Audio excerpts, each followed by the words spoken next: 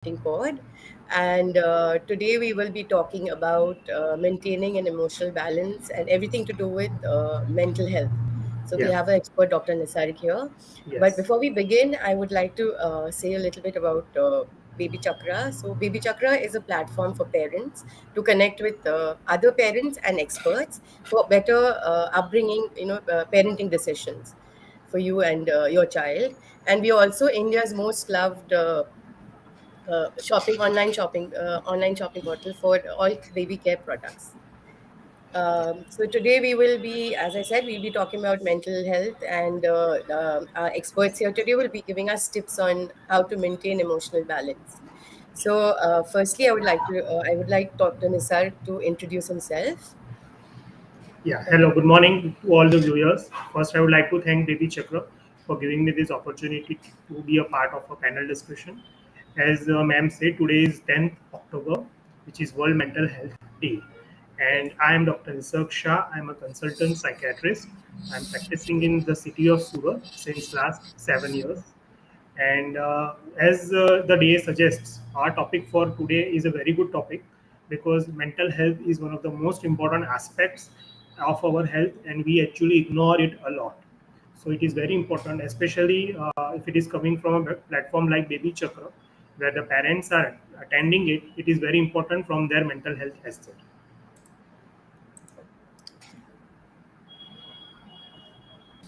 Thank you, Doctor. Ila, would you like to introduce yourself, please? Hi, everybody. Good morning. Thank you, everybody, for joining in, taking these few minutes for your time, for not just participating, but also a lot of introspection through the conversation. So, thank you, Baby Chakra, for opening spaces for such conversations. While you are a lot of things are about shopping products on this platform, but there is a different parallel work that you're doing of educating, empowering, and more importantly, helping the audience to introspect about all these topics within themselves. Sometimes it's very difficult to open up to somebody and talk about all this, but such conversations and such discussion actually helps people to take a step back and at least have that self talk and see what is happening. So, really, very happy to be a part of this conversation and narrative. Thank you so much. Thank you for being a part of this. Dr. Nisar, we'll start with the questions. Yeah, sure. Let's first begin by, telling the audience what is emotional balance all about. See, when we say the word emotional balance, it is basically a state of awareness where we are able to first understand our own emotions, identify our emotions, and then once we identify them, we are able to manage it by ourselves. So, emotional balance means that we have to be open to accept our emotions. Most of the time, people don't accept that yes, I'm feeling sad, yes, I'm feeling lonely, yes, I'm feeling angry, and then once they are not accepting, they're reacting to it in a improper way. So emotional balance means first understanding your emotions and then be able to manage it. Managed. Ila, is there anyone that you've come across, someone who's suffering from mental illness issues like depression? I mean, what was your experience of, meeting them, and what were the things that you noticed in them? Okay. So, yes, as a marriage and family therapist and as a postpartum doula, I get a lot of people who come to me, especially women, who come to me for uh, the first step. While doctor has told that you should be aware of all these things, we live in a very, very, what to say, a hustle culture mode, and what is happening is always our questions are running around what next. So the fact is, we don't even know, we are not even aware, or we are not even knowing what we are experiencing. We don't know to label it, we don't know to pinpoint and say. Correct. A lot of times women come and say, I don't know, I'm feeling something. They exactly don't know how to label their emotions. So, one of the biggest things that I feel before we talk about emotional balance is very important is, do we even know and understand the emotions that we go through? You take a mom, she births, and the moment she is birthing and the baby is outside, her mind is racing like a sprint, and she is only focused on giving, Okay. breastfeeding the baby, changing the diapers. Everything is focused and revolving around the baby. Maybe. So Baby. the Okay. mother is kind of doesn't have the space nor the energy to look into what she is experiencing. And not just somebody like a mom, anybody who's into corporate world also, they're focused on career, earning money, promotion, growth. What next? But after that, what? We reach the what next? What is that experience where you looking forward to? What was that emotion that you were looking forward to? I think somewhere deep down we don't understand the emotion that we are going through. We don't know to label it, and hence this whole thing that what doctor has told has become a chaos in space. So I feel that in moms, in dads, in lot of millennial um, parents, this is one of the biggest things or biggest challenge, Issue. because they want it but they don't experiencing it. What is the emotion there? So emotional balance, in my perspective, should be spoken from the space of knowing what is that emotion that you're looking forward to or what you're experiencing. Thank you. So, Dr. Nisad, what are the causes normally for mental health problem to begin? I mean, what are the causes for mental health problems? Yeah, so this is a very good question, and we have to do it because see, when people don't understand what is mental health, they will not be able to identify the problems. So there are two ways of seeing it. First is that there are two causes. One is the external factors, which we generally layman understands that why did I have mental health issues. So then Okay. there are a lot of external factors responsible, like a stressful event in the life, a loss of job, a loss of some loved one, or an accident or a traumatic experience. So those are the external factors which are not in a control of a person, and then it may impact the mental health. And the second cause is the internal factors. See, internal factors means the biological ones, the way our bodies are made. So that covers the genetic aspect of a disease, that families have long-standing histories of mental health issues. That covers your other diseases which can have secondary mental health issues like long-standing diabetes or hypertension or obesity. So that is one way of the external and internal factors. But Yeah. we as mental health professionals and we as psychiatrists generally tend to make a person understand that there are other reasons also responsible. So most important, the most ignored part is the early childhood experiences. A lot of people have had a very difficult childhood, not just in the form of economic issues, but also in the form of upbringing, a loss of a parent, or a lot of bullying in the school. And these are all issues which are not at all addressed in our day-to-day lives. And because the parents are busy in providing means, they are not able to understand the mental health aspect of a school going child. So that issues keep on increasing, and then that forms a big impact on the mental health, which can cause issues later on in the life. So that is one important reason. Second is drugs, substance. A lot of youth is going into substance, drugs, addictions, which actually they start as a method of maybe because of peer pressure, seeing other friends doing it, or maybe because of finding a way to cope with their stress. But then immediately they get addicted to it, and then they get caught in the vicious circle of doing more and more and more, which impacts their mental health as well. So that is one thing, and most importantly, it is very important for us to understand that the mental health is a very important biological aspect also. So there are a lot of neurotransmitter imbalances which occur in our brain when we are suffering from mental health issues, and those are something which is not in our control. Just like, for example, in the case of diabetes, because the pancreas is not able to regulate the sugar levels in our body, we need to take medications so that we can control our sugar levels. In the same way, there are certain type of mental health issues which do need significant amount of external help so that they can control the neurotransmitter imbalances in your body, and then it will help you to control the symptoms. So these are the different causes of mental illnesses. The most important aspect is that we need to identify, because Correct. most of the time the patients are always in denial. See, when we tell them that yes, I think that you are suffering from depression, so the first question is that no, why I'm suffering from depression? I don't have any problem in my life, everything is sorted out, I don't have any money issues, my family is happy and everything. So there is huge denial among the patients that they don't accept. And then when the problem is increasing, then it is very difficult for them to come to terms with it. So this is very good question. We have to understand is that yes, mental health issues do occur, and it is very common to have mental health issues. Stigma is not the answer that no, I cannot have it, no, I don't suffer from it. Anybody, whether it's a laborer or it's an IIT person, a student, anybody can suffer from mental health issues. Thank you so much, Doctor. Yeah. Dr. I'm sorry, Ila. So the thing is, on the same lines, how can families support someone suffering from mental health?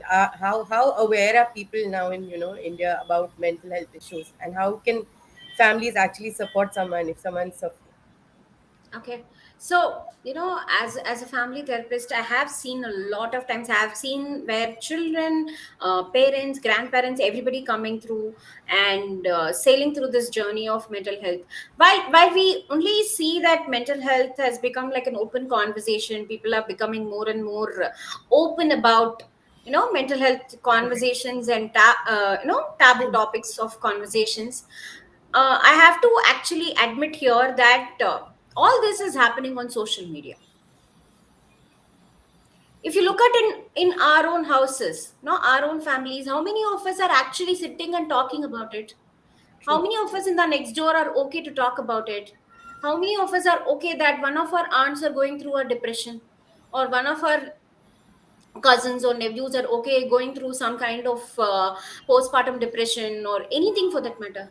Are we okay? Are we okay to talk about it? Are we still going through that shoo, let's not talk about it, let's focus on the positive aspects of life and everything? So I feel that yes, mental health conversations are getting open, but ground reality is still on social media. What is happening within our houses is yet, it is a taboo topic only, and it is very important that we start talking about it. We start opening about as a general topic of conversation. Whether you are mentally ill or not is like a different question, Correct. a gentle conversation. So as parents, if your child is coming and telling, I'm not feeling fine for a very long time, it's happening, or if you are observing your child is having a lot of distraction, doesn't talk to all the people in the family, is just focused on the in that room, just focusing on studies, over or extremes of anything, extremes of study is also not good. Extremes of just focusing on the food or binge watching or anything, extremes of anything is not good. So if you have something, either, one of the best ways is telling the child that yeah, maybe there you need a help, maybe we can go to a psychiatrist.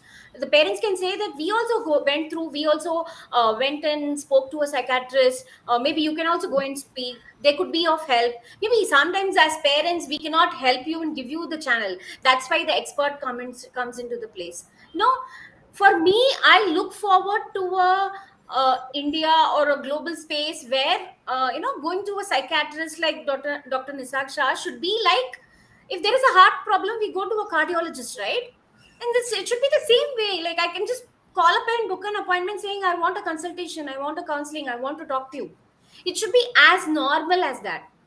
That is That is a vision that I work towards. That is a vision that I want to go ahead and work towards. So families should start talking about it in a normal conversation. Doesn't have to be only when things are serious about it. yes, yes. Yeah. I So would just that's like what to add one point. families can Ila do. ma'am Yes. said very Yes. nicely, and this is very sad. But I have a lot of patients who actually call up and say that my friend is suffering from this, my mother is suffering from this, and then when they come up, they are actually the patient. So this is a big issue where people are not able to accept, and families actually don't help. We have a lot of patients who Correct. That's actually we need to talk to the families, but the families don't turn up. So this is very important that families need to talk about it and support the persons who are suffering from mental health issues.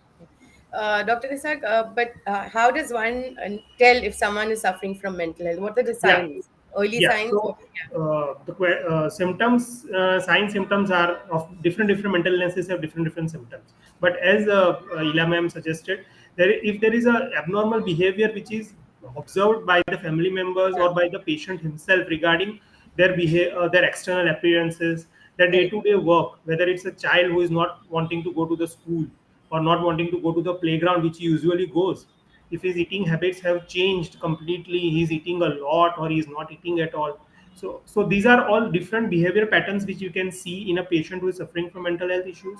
Secondly, their thought content keeps on changing. Patient who suffers from mental health issues, they say that I'm having abnormal thoughts, or I am thinking a lot. I feel like I'm on a train who is going in a very full speed and I cannot just control my thoughts. They are having panic attacks throughout the day. They feel so anxious, and then suddenly there is a huge burst of Of course. thoughts and emotions. Then there is one important aspect is the sleep. So sleep is a very important indicator of mental health. People who are suffering from mental issues, they have reduced their sleep hours. There is loss of the quality of the sleep. And lastly, there is social withdrawal. So they don't talk with friends, they don't go to social functions, they try to keep themselves to themselves. And a lot of people, as I earlier said, are going into drug addictions. So drug addictions, actually any kind of addiction, whether it is alcohol or tobacco or marijuana or any type of maybe excessive online gaming, this is all types of addictions which actually are masking the mental health issues. So these are the different ways we can identify somebody who is suffering from mental health problems. Thank you, doctor. So, Yeah. Ila, I just want to add something here. You know, as a marriage therapist and a family therapist, I also see that parents, how they connect with each other as partners, can also impact the children. You know, if you grow up in a space where that whole you live up in a very toxic environment where parents are either it's in an extreme fight zone, or it's in the other side of extreme silence, not connecting parents. We only see that toxic parents mean that maybe when we grew up, that's what we saw. But we need to see today as millennial parents. Yes, physical abuse is not there, fighting is not there, but there is other extreme of too much silence between the partners. Now this also has a huge impact on the child, because the child is looking up to a space which is very unhealthy. The child is looking up to a space where, what are my parents doing to each other? Why are they not talking? Am I the reason? No, as child, we feel we are the reasons why parents are fighting with each other. It's a very natural instinct for the child. So, if this continues for a very long time, and if parents are just involved in themselves, not realizing that they're impacting the child, they would, the child will go into a zone of depression without even it realizing it. Parents will not realize that they are the ones who are actually impacting. So it is very important that parents realize and understand and work on their relationship also, Yeah. because that is actually influencing the child's journey. Yes, very true. thank you. That's a really nice information that you've given there. Also, Ila, what are the things that one can do to keep mentally happy? What are the things that you would suggest to women suffering from postpartum depression, or even to keep your children mentally happy? I only feel that when parents themselves are abandoned with joy and happiness, the children will be very joyful and happy. So, and I also feel that I don't know what makes Manisha happy. I don't know what Nisarg makes happy. So the question is, we all need to ask what makes us happy. No, nobody cannot come and say that, hey Manisha, do this, you'll feel happy. No, I cannot go and say to doctor that, do this doctor, you will feel happy. No, that needs to be defined by me. That needs to be defined by you. So one of the questions that I always ask, or ask to dwell when postpartum moms comes to me is, yes, baby is done, baby is come, you're breastfeeding, doing everything. But what now? What is actually giving you happiness? At this moment, what do you want to do to make yourself happy? Go for a ride, go out with friends, want to eat a cupcake. What makes you happy? We need to find and figure out that questions answer on a day-to-day basis. It differs on a day-to-day basis. Some days I just want to laze around. I don't want to take bath. I want to just laze around and feel good about it. Someday I want to binge watch something. Someday I don't want to be on the bed. I want to move around, do my exercise, do everything. So it's a question that every day morning that you get up to and find your answer to. Yeah. So this is what I generally tell my mom, tell all the moms who come to me. And yes, a lot of sunlight, a lot of good nourishment in terms of food, a good sleep, And definitely having healthy relationships around who push you, who motivate you, who hear you out without judgments. All these things can help you nourish yourself more as you find yourself in this journey. Thank you. Dr. Nisag, would you like to add on to that? Any tips as a doctor that you would want to give Yeah, so some? as Ilham shared, a lot of postpartum depression cases are actually we are seeing, and it's a very highly prevalent. Almost 1 in 7 new moms suffer from postpartum depression. Most of the time, what happens is that a mother is not able to distinguish between baby blues and postpartum depression. So this postpartum depression is more of a extended baby blues, which is severe in nature, and if it is not addressed, then it can may sometimes even have a complicated form of postpartum psychosis. So it is very important that mothers open up about their mental health with a mental health professional, whether it is a psychiatrist, a psychologist, that does not matter. What matters is that they have to open up. A lot of the mothers don't get an ecosystem, whether they are part of a nuclear family or a joint family, and then they suffer silently. It also depends on the nature, the personality of the mother. But if she is able to open up, she will have a lot of help. But there is another aspect which actually is ignored, is especially in today's nuclear age of parenting, is that mothers themselves are working, and then when the mother is actually giving birth, it is immediately accepted that she is going to do everything. So that is wrong. If a mother is working, then the society, the family, and the everybody has to support, because childbearing is not just a mother's duty, it is the whole family which has to chip in. So a working mother actually is at a higher risk of postpartum depression, because though she may be getting parenting leaves, there will be a lot of people who will be backbiting that she is having a lot of fun now staying at home, she does not need to work. But actually that is the wrong part. So in this today's age, working mothers at a high risk of postpartum depression, and they need more support. And I would also like to share one trivia, is that fathers also suffer from postpartum depression, especially nuclear families, because they are not able to cope. They actually are not taught about any of these things, and then suddenly they become a father. So it becomes very difficult for the father also. So the message should be that it is very common for a mother to feel bad after being after giving baby to birth. So it should start from the gynecologist itself. The gynecologist only should ideally advise the mother that if you are feeling bad, don't be guilty. You go to someone and talk about it. Sometimes they don't get a platform, and then they start suffering silently, which actually impacts their mental health. Yeah, Thank you so much. and they That say, was right, it takes a village to raise a baby. Yeah, It's true, very. right? Yeah, Everybody, doesn't matter whether it's vaginal delivery, whether it is C-section, whether it is a surrogacy, or whether it is a nuclear family or joint family. Every parent, every couple needs a support system, and it's very important that we should be okay to go and ask help. We are living in a space where we feel that I have to do everything. Maybe because that's an image that has been given to us, even because growing up we have never seen our moms going out and seeking help. We have never seen our moms going and ask openly to our dads that, hey, I need help in all these things. And that is coming from where? Our grandmoms doing that. It's becoming a systemic issue here. So I personally feel that just normalizing going and asking for help should yeah, be the crux.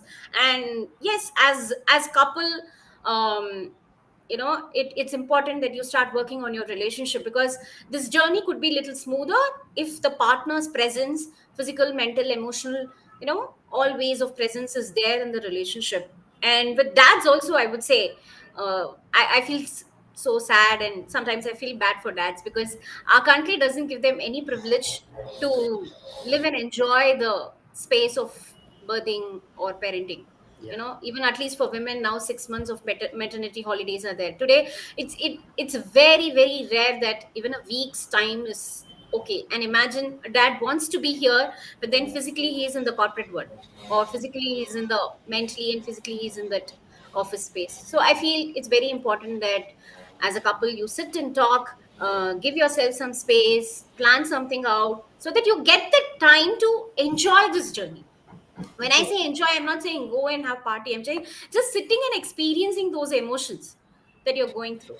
So yes, seeking help and having such conversations are very, very important. Thank you so much, Ela. Thank you, Dr. Nisar. Yeah, I hope viewers have, I mean, it take, get something to take back, and I hope it's been very helpful. yeah, Thank you so much for being a part of this yeah. We conversation. also enjoyed a lot. Thank you. Thank you. Thank Thank you. you. Thank you so much for Thank opening you. up such conversations, which is very, very important because it's having such a huge audience. That means you're also creating a huge impact on the society. So Yeah. thank you Thank so you. much for this Okay. opportunity as well. Thank you. Please download the Baby Chakra for all of viewers. Please download the Baby Chakra app for such interesting updates for your baby and you.